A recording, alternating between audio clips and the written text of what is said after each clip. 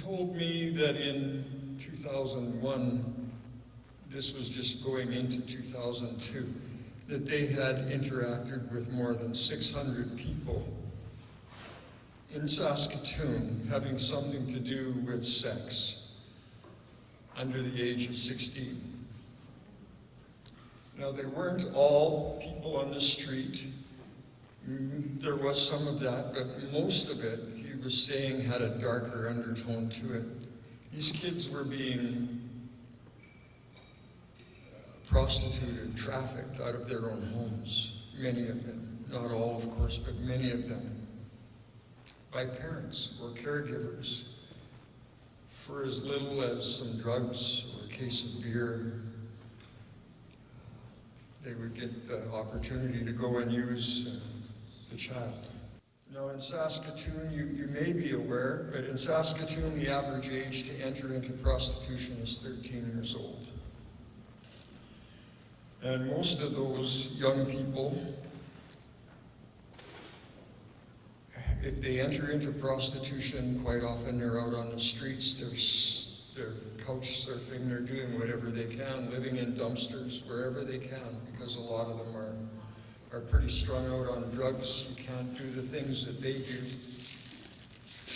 and not have something to numb the charge. And I use that term on purpose because it's not just men. When the person's been charged and they're coming the day for the school, we bring them into a room and they sit in a semicircle looking forward, and there's always lots of people in the back, people who are helping put the school on, people who are observing. Everybody in that room signs a document saying that they won't talk about anybody that's in that room that day. And the guys that are in there sign the same document. So it's the only way that I can do the best I can to guarantee them anonymity, where they can let their guard down and they can speak without worrying that somebody's going to tell on me. Now, you know, people are people and you can't stop people from doing what they're going to do, but I'm just going to give you a quick rundown of the day here before I touch on some stuff before I call up our team here. At the start of the day, I'll pray. Excuse me, I'll pray, which is something you can't do in government jobs or anything, but because we are the Salvation Army, I have that freedom. And I ask the Father to roll that stone away that they've put over their hearts. And I ask Him to enable them to receive from the day what He wants them to take with them, and to take His hand and walk with Him, to have the freedom that they think they have currently. And there is power in that name, in the name of Jesus, and that's what I use for that day. I'll give you a list of the questions that we ask each person, because each one of the guys that are sitting there, they have to tell their story in front of everybody in that room. And their story has to include what they did to get arrested. So the questions that I'm asking them, whether they were arrested on the street or in a hotel, it doesn't matter, same questions. What service did they ask for or agree to? For how much money? Are you married? Do you have a significant other person in your life? Have you told them what you've done? Are you going to? And why or why not? Do you have children or grandchildren? Have you told them what you're doing? Did you ask that woman how old she was?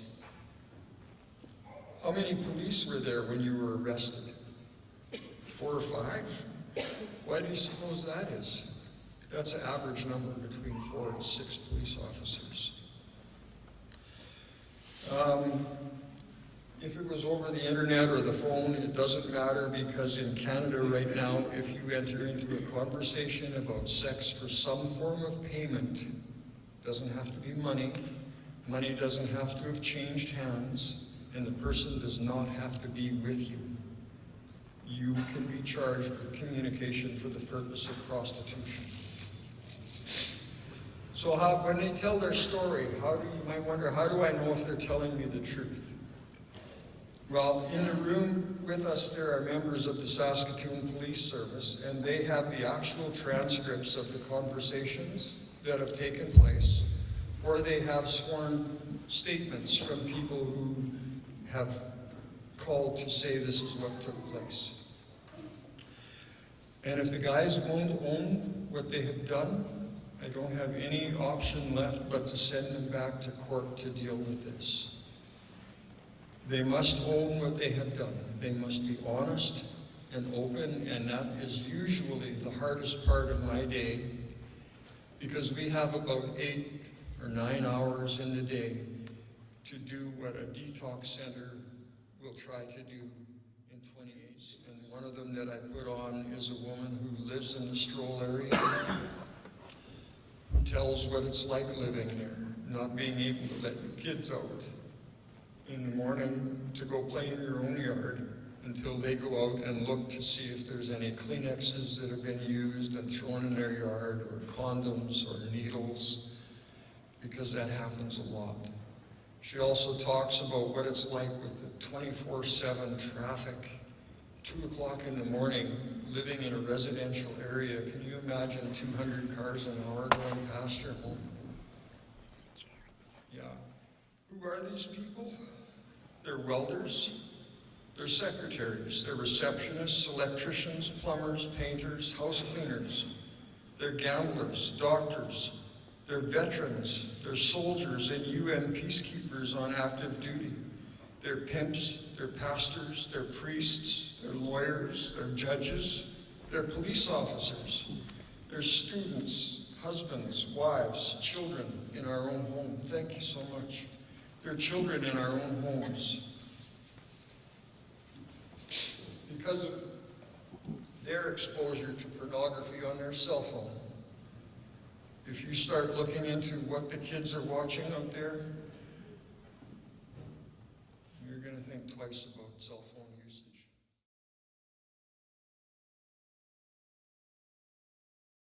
Is I look at what makes a healthy relationship, what makes an unhealthy relationship. I look a little bit about how we take control of our thoughts and decisions from a counseling perspective. I come up with a bit of a plan for change, an action plan for change. It's one model. If you Google them, there's probably several million of them out there. But we look at one model that's fairly straightforward. I don't know if any of you watch basketball. You see it more in basketball than any other sport. But often, when there's a foul committed, you'll see a player walk off the court with his hand in the air.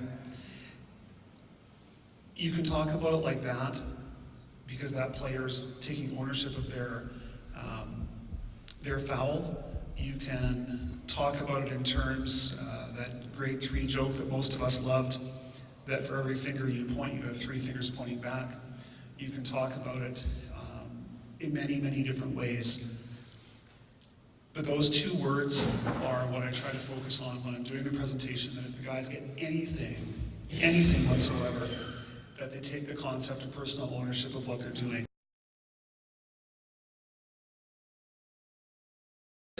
How did I get there? I'm a regular guy. My mom and my dad loved me. I had a family of 6, grew up on a farm. How did I get there? Does anybody have an idea? Suggestion? Does anybody know how did a young boy get there? You're close. You're closer than you think. My mother had 3 children in 13 months. I was premature twin. My oldest brother was the firstborn, so of course, naturally, he had lots of love. My brother, who's my twin, was born after me, so I was the last. He was mom's chosen, and I was no one's. My dad loved me and I loved him dearly and I tried to follow him, but Dad was never home. He worked in the winters, worked in the summers because he just didn't have enough money. So I looked for love wherever I could find it. Not knowing it consciously, but unconsciously. Because I would never blame my parents. None of us would. We don't blame our parents for who we've become. I'll give you an example. When I was 17, I tried suicide. Didn't work. I came home, and my dad, in his wisdom, took me into the bathroom with a loaded shotgun, and he says, "Here's, son, if you're going to do it right next time." What do you think about that? Does that shock you? Why? He didn't know any better. He was trying to shock me out of what I was doing. It's not because he didn't love me. It's because that's how he was taught. Number one, if you go up to somebody that's a gentleman, a man, and you believe that he's looked at the porn sites, and you say, "I'm going to help you," you've just lost the battle. He knows you're trying to help him. He doesn't want nothing to do with you. There's a story, and I'll give you an example. You have to be first, a friend to people just because you love them irregardless. Okay, I'm going to add this in here. What is the most important word in the world, all religions? Does anybody know what it is? Love. No. Here's why. I can love my neighbor and watch him starve to death. But change that word to give. I cannot give and not love. I must love to give. And for you to help someone, you must give of yourself. Not for anything in return, but just because. So people ask me, they said, "Glenn, if that's the case, why do you give?" Well, let me ask you, why do you give?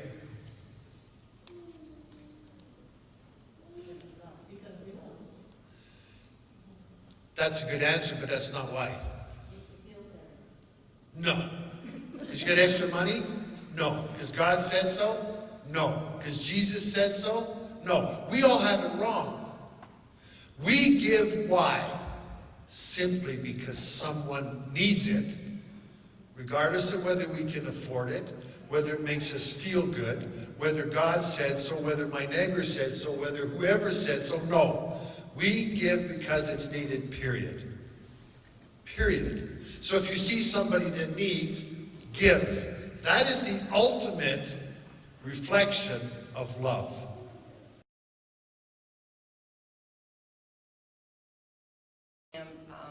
Look at a picture of a girl in a magazine. I mean, I caught him. He didn't know I was there. And he was going through all the motions and everything. And you know, it was very devastating for me. I mean, I know you women probably would understand that. So I felt very betrayed. You know, I was wondering, I was wondering about our vows. You know, I mean, you know, everything to me that was sacred to me, I felt wasn't really sacred to him. I mean, you know, it was my emotions between us. As the years went by, I mean, there was a lot of lying, there was a lot of hiding, there was a lot of blaming others. He felt very self-centered.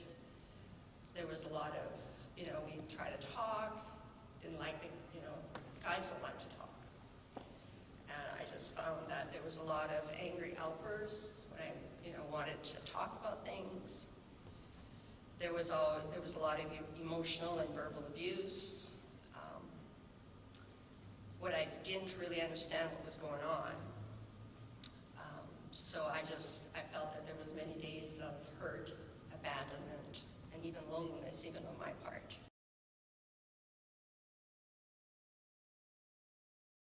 It's good to be here. I myself was a street worker, and I'll start from childhood, where I grew up and what happened to me growing up. My mom drank with me since I was in her stomach. It doesn't defile me though, because I stand on the Word of God. I don't label myself as an FASD. It's it's not my, it's not who I am, but I forgave my mom because she had an issue of drinking a lot. I watched my stepdad, my real dad disowned me growing up because my mom and my real dad were first cousins. Didn't take me as a father figure. My stepdad was abusive. My stepdad beat up my mom on a daily basis, black and blue. Growing up as a child, watching my stepdad beat up my mom. And I stood there crying,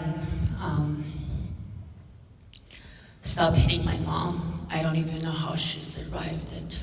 She had like black eyes and bruises and broken bones, and I just don't have no idea. And I asked her one day, I said, how did you survive all that? She said, I prayed. By the age of 4 years old, I was being sexually abused from my step-pipe on a table with a hoot and a lighter. I got addicted to crack cocaine at that following day. I hit rock bottom where 2.5 years I chased it. This girl showed me the ropes how to prostitute myself. She said, just go in that corner and I'll just stew you up and put a dress on you and put some kind of outfit on you and just go and wave at this car. I'm like, I don't really want to, but this drug is getting to me and I just want to chase it now. I ended up going with this guy, picked me up on the street. I kind of waved at him, but jumped in there and did what I did. I didn't want to do it, but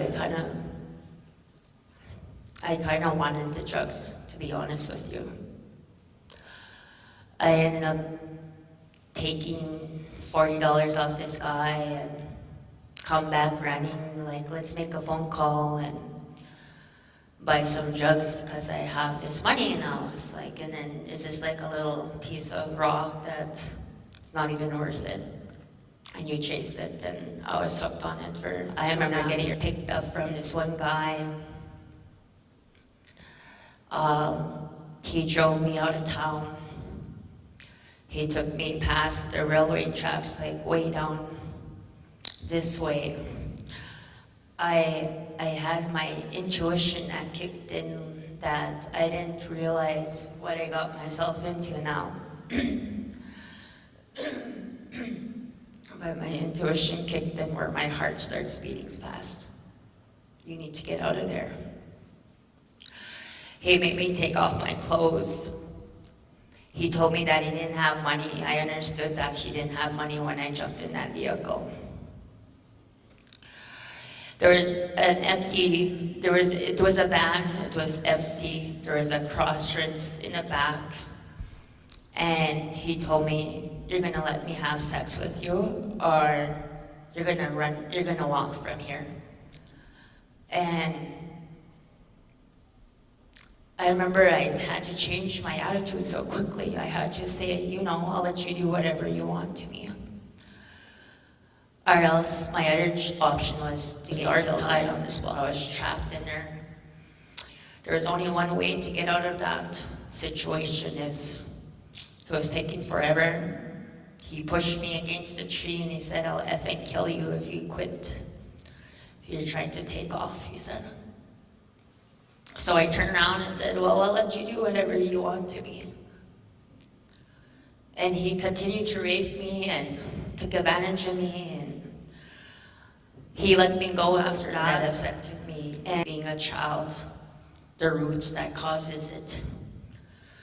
The battlefield in the mind where the enemy comes in and starts talking to you about your past and brings up your past all the time. I had to deal with that. I had to forgive people that have hurt me. I had to forgive them from my heart. I had to forgive myself.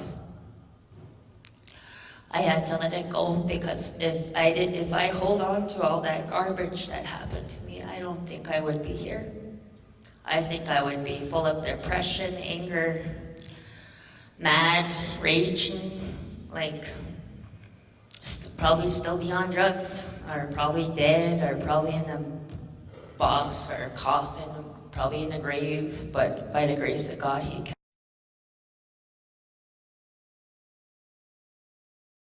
Our little girl, Sherry, was born 3 years after we were married, and this is her at just, I think her age there is just about 6 months.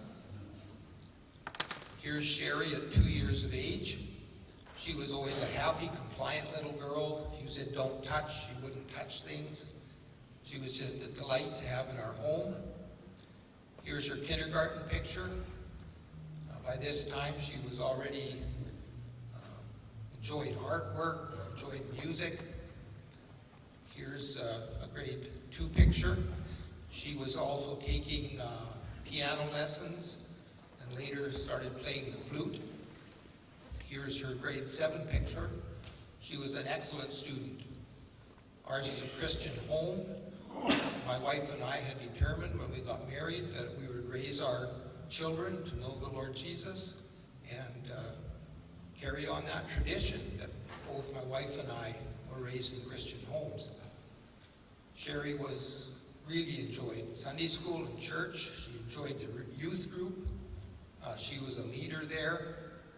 Here's her grade 11 picture. And again, always at the top of her class. But it was at the end of grade 11 when things changed drastically. Sherry came to us one day and she said, "Mom and Dad, I've met a guy and I'm fallen in love with him and I'm going to leave home to be with him." And we said, "Sherry, you hardly know him. How can you make a decision like that? You'd only known him for 3 days. That you're going to leave home to be with him." And she said, "No, it doesn't matter. I'm going to leave home to be with him." It was summer holidays. She said, "I will be back in time for grade 12. We could not convince her. She was 17 years old. Legally, we had no right to force her to stay at home. And sure enough, a car pulled up in front of our home one day, a young guy we didn't know. Sherry got in that car with him and she drove away, leaving my wife and I and our son, who was 5 years younger than Sherry, leaving us standing there in tears. We knew this was a bad idea. 2 weeks went by. We did not hear from Sherry. We were just sick. We did not know where she was. We didn't know where she'd gone. And then it was early on a Monday morning, about 5:30 in the morning, my phone rang, and I answered the phone to talk to a Calgary City Police officer. And he said, "Mr. Smith, I'm phoning to tell you that last night," he said, "in downtown Calgary, I saw a fresh new face working on the juvenile stroll selling sex, and it was your daughter." And I said, "No, sir. Our last name is Smith." I said, "You've got the wrong Smith. My daughter would not do that." And he said, "Mr. Smith, this is your daughter, Sherry." We didn't know where she'd gone. And then our phone rang again, and this time it was Sherry. She'd say, "Hi, Mom and Dad, I'm in Winnipeg." And that was the beginning of many phone calls from Sherry, always collect, telling us about her life on the streets of cities of Western Canada where she was selling sex as a juvenile. She started working the streets of Victoria, phoning home all the time, several times a week, always collect. But we could tell by her voice that she was sad. She would be in tears a lot of times. And we thought, maybe now she's had enough. Maybe she'll come home. But then the phone calls stopped. 2 weeks went by, a month went by, no phone calls. What's going on? This is not like Sherry. And my wife Linda said, "I have to go and look for her." And so Linda went out to the West Coast, went down onto the streets, took pictures of Sherry. This picture, as a matter of fact, put them on posts in downtown Victoria, talked to cab drivers, bag ladies, police officers, anybody that might know where Sherry was. Some of the girls knew Sherry, but they didn't know where she was. But we held on to hope because we knew that Sherry's baby was going to be born right around the first part of September. And so we waited. And sure enough, on September the 11th, 1990, a Regina City police officer came to our door. And when I answered the door, he said, "Mr. Smith, I have news about Sherry." He said, 2 days ago, a man riding horseback outside of Victoria came across the remains of a female body. And using dental records that we had provided, they determined that it was the body of our daughter Sherry. She had been murdered. She had been beaten to death, and the unborn baby had died with her. Her murder has never been solved. And I speak to the men, well, what's the big deal? I pay my money, nobody gets hurt. And we say that's a lie. I tell them, Sherry lost her life. Many other girls and young women have died on the streets of Regina, of Saskatoon, right across our nation. And I tell the men, you're destroying yourself just as surely as Sherry lost her life. You are destroying yourself from the inside. The relationships that you have with your family, the people that love you. And I challenge them. Say enough is enough, no more. I'm currently the Criminal Justice Program Coordinator at McNeese State University. We have an undergrad and graduate program, and I'm currently also still a law enforcement officer. I serve as a police academy instructor, and I'm the chief pilot for Counsellors. The previous speaker before me had brought up, a sad reality, which is where there is a demand, there will be a supply. I can't think of anything that if I got money in my pocket, I can't go buy, whether it's drugs or whether it's women or whether it's even children. Comes to parenting and availability, pedophiles look for children who are vulnerable, victims of opportunity that may, if you don't have the money, to get access to my sister, you just had to come over to my house, spend time with my mother, and have some alcohol and or drugs to get her to pass out, and then you'd have access to my sister at a very young age. Look beyond the license plate on that traffic stop. It's not just about that ticket. Look at the eyes of that child that you're talking to. When you show up at a domestic, look at that child that is there. Does that child need to be there? Is that child in a situation that you need to rescue them from? Because it's not about that traffic ticket. It's not about that misdemeanor domestic battery arrest. It's not about getting out of there and going to catch your buddies for lunch right then, because I'll come back to J.C. Dugard in a minute, but J.C. Dugard was a young lady who was kidnapped, a child was kidnapped at 9 years old and held in captivity for 18 years. She was visited by law enforcement officers 63 times before she was finally not rescued, but discovered. And she was discovered by 2 police officers who were just moderately observant. By the way, the sex of those 2 police officers, anybody in the room guess what it was? They were women. They were women. They paid attention. Motherly instinct, I don't care, but they saw something. This is a concept in its infancy. In its infancy. A pedophile and a sex offender are 2 different things. A pedophile is someone who has a sexual attraction to prepubescent children. A sex offender is somebody who's acted upon those desires and committed a crime in a state. Right now, you think about it. Can a pedophile step up and say, I have a problem and I need help? They typically don't do that until after they've raped a child. So mental health treatment, again, this is in its age of infancy right now, is starting to explore the concept of giving pedophiles the opportunity to step up before they offend and give them an opportunity to get treatment before they do. And it's about their behavior. I'm not counselor as it pertains to that, but it is, you know, if you got somebody who's thinking about using cocaine or has an addiction to cocaine or something like that, maybe before it becomes a problem, stepping up and getting treatment. Same thing with the possibility of pedophiles. My name is Bev Schreiber. My spirit name is Bright Star, Medicine Cloud Woman. I am of the Black Wolf Clan.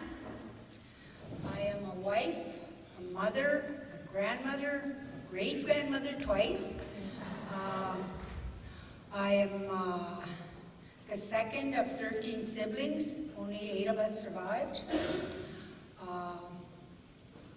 I am a survivor of child sexual abuse, of family incest. I am a survivor of human trafficking. I am a survivor of being a drug mule.